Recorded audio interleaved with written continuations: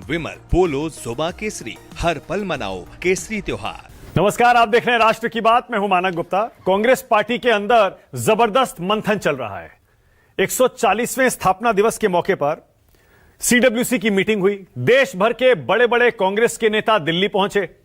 सारे तमाम बड़े नेता देश भर के कांग्रेस पार्टी के एक साथ दिल्ली में इकट्ठा हुए, ब्रेनस्टॉर्मिंग की, मंथन किया, क्या करना चाहिए, क्या नहीं करना चाहिए, हम क्यों हार रहे हैं, क्यों नहीं जीत पा रहे हैं, आगे चुनौतियां क्या हैं।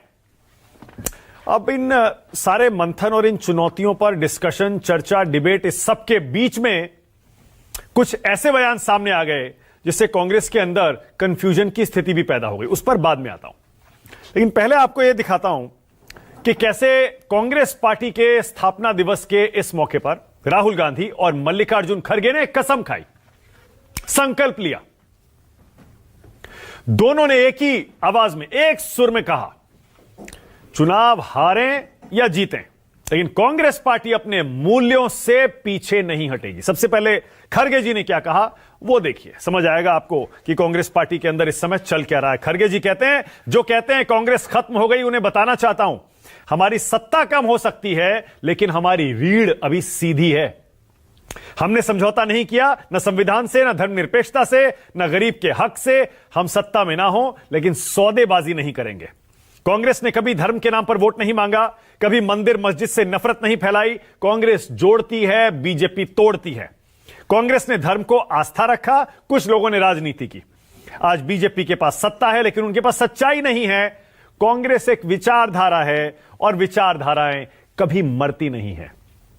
कांग्रेस के अध्यक्ष मल्लिकार्जुन खड़गे का सीधा संदेश, और जाहिर है इसमें आपको एक कसम, एक संकल्प, एक दृढ़ निश्चय साफ नजर आ रहा होगा। राहुल गांधी भी बिल्कुल इसी तरह की बात करते हैं, उस पर बाद में आता हूं। पहले आपको बताता हूं लेकिन कि कैसे शायद कांग्रेस पार्टी के इसी स्थापना दिवस को देखते हुए अमित शाह ने भी कल कांग्रेस पार्टी पर निशाना साधा। खासतौर पर राहुल गांधी उनके निशाने पर रहे। अमित शाह ने कहा, राहुल आप अभी से थकिए मत, आगे भी हारना है। पश्चिम बंगाल, तमिलनाडु में भी हारेंगे। 2029 में मोदी जी के नेतृत्व में फिर से सरकार बनेगी, बीजेपी सत्ता में लौटेगी। अमित शाह ने इशारा किया कि कांग्रेस क्यों हार रही है। अमित शाह जी कहते हैं, कांग्रेस की राजनीति दरअसल देश की सोच से मेल नहीं खा रही। राहुल गांधी विकास और सुशासन जैसे मुद्दों पर ध्यान देने के बजाय कानूनी और टेक्निकल मुद्दों पर ध्यान देते हैं।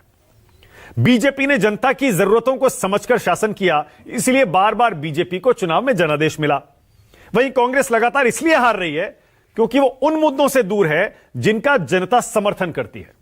जैसे अमित शाह उदाहरण देते हैं, वो कहते हैं कांग्रेस ने उन फैसलों का विरोध किया जिन्हें जनता का समर्थन है, जैसे Ram Mandir, surgical strike, article 370, uniform civil code, 3 तलाक, अवैध बांग्लादेशी घुसपैठियों को निकालने का फैसला। तो आप समझ रहे हैं, अमित शाह एक तरह से इशारों इशारों में तंज भी कस रहे हैं और कांग्रेस पार्टी को सलाह भी दे रहे हैं कि जनता से जुड़े मुद्दों का विरोध करोगे, हारते रहोगे। लेकिन राहुल गांधी, जैसा मैंने कहा, पीछे नहीं हटने को तैयार है।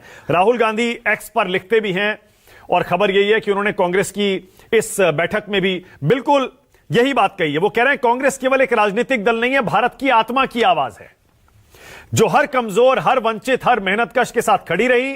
संकल्प है कि नफरत, अन्याय और तानाशाही के खिलाफ सत्य, साहस और संविधान की रक्षा की लड़ाई मजबूती से लड़ेंगे, लड़ते रहेंगे। जय हिंद, जय कांग्रेस।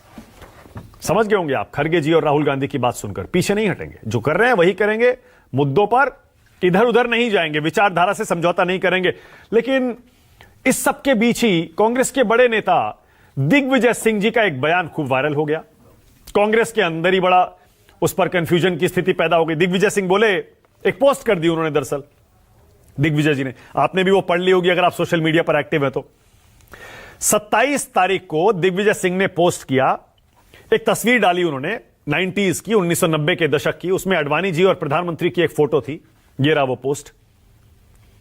उसमें ये देखिए, अडवाणी जी बैठे हैं और प्रधानमंत्री बैठे हुए हैं। दिग्विजय जी इस पोस्ट में लिखते हैं, मुझे तस्वीर कोरा साइट पर मिली, बहुत प्रभावशाली है। आरएसएस के जमीनी स्तर के स्वयंसेवक और जनसंघ भाजपा के कार्यकर्ता किस तरह जमीन पर बैठकर नेताओं के चरणों में बैठते थे, वो आगे चलकर राज्य के मुख्यमंत्री और देश के प्रधानमंत्री बने। यह संगठन की ताकत को दिखाता है, संगठन की शक्ति है। जय सिया राम। ये दिग्विजय जी ने तारीफ कर दी एक तरह से बीजेपी और संघ की। जैसे ही ये तारीफ की, कांग्रेस में खलबली मच गई। यहां स्थापना दिवस मनाया जा रहा है, वहां दिग्विजय जी बीजेपी और संघ की तारीफ कर रहे हैं। अब खबर सूत्रों से यह आई है कि राहुल गांधी ने इस पर दिग्विजय जी को डांट लगा दी। हालांकि वो हंसी मजाक में बात उड़ गई, लेकिन राहुल जी ने दिग्विजय सिंह के जब सामने पड़े वो, तो उन्होंने कह दिया कि कल आपने गलत व्यवहार कर दिया, गलत बात कर दी आपने। और हम सुनते हैं कि इस पर सोनिया जी हंस पड़ी जोर से। अब जाहिर है दिग्विजय जी बड़े सीनियर हैं, राहुल गांधी उनको डांट तो सकते नहीं है, पर एक इशारों में अपना संदेश राहुल जी ने जरूर दे दिया। और सोनिया जी की जो हंसी छूटी, उसके भी कई मायने हो सकते हैं।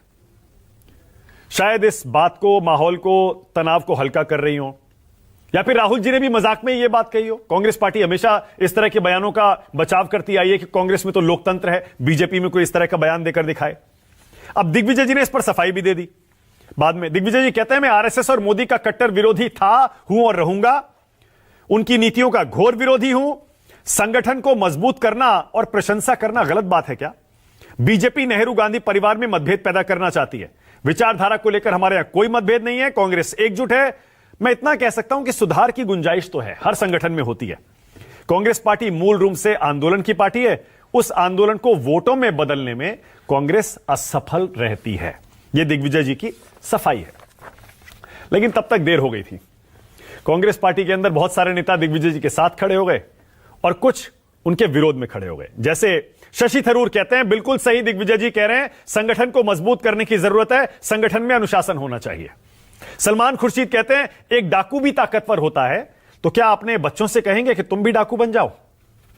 हम एक मजबूत संगठन बनाना चाहते हैं जिसमें वो कमियां ना हो जो आरएसएस में हैं।